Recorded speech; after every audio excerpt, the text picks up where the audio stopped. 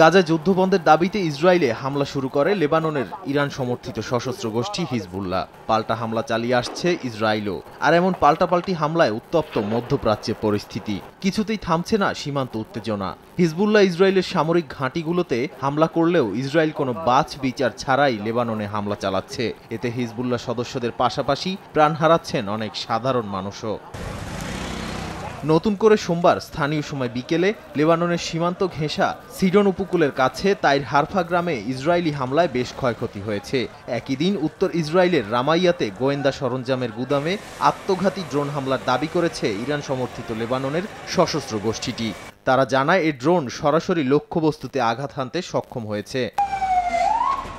এর আগের দিনই লেবাননের দক্ষিণাঞ্চলে একের পর এক বোমা হামলা চালায় ইসরায়েলিরা। মূলত এরপরেই হিজবুল্লাহ নেতা ফুয়াদ হত্যাকাণ্ডের জবাবে শত শত রকেট আর ড্রোন হামলা চালানো হয় ইসরায়েলে। হিজবুল্লাহ কমান্ডার হাসান নাসরাল্লাহ দাবি করেন ইসরায়েলি গোয়েন্দা ঘাঁটি লক্ষ্য করে হামলা চালানো হয়েছে, যদিও তার এ দাবি নাকচ করে দেয় তেল আবিব।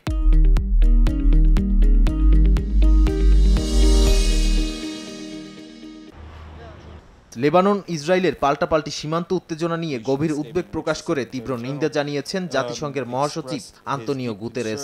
তিনি দুপক্ষকেই এ সংঘাত বন্ধের জোর দাবি জানান বলে এক সংবাদ সম্মেলনে বলেছেন তার মুখপাত্র স্টিফেন ডুজারিক। এরই মধ্যে আবার হামাস প্রধান ইসমাইল হানিয়া হত্যাকাণ্ডের জবাব ইসরায়েলকে দেয়া হবে বলে নতুন করে হুঙ্কার দিয়েছেন ইরানের শীর্ষ সামরিক কর্মকর্তা জেনারেল মোহাম্মদ বাঘেরি।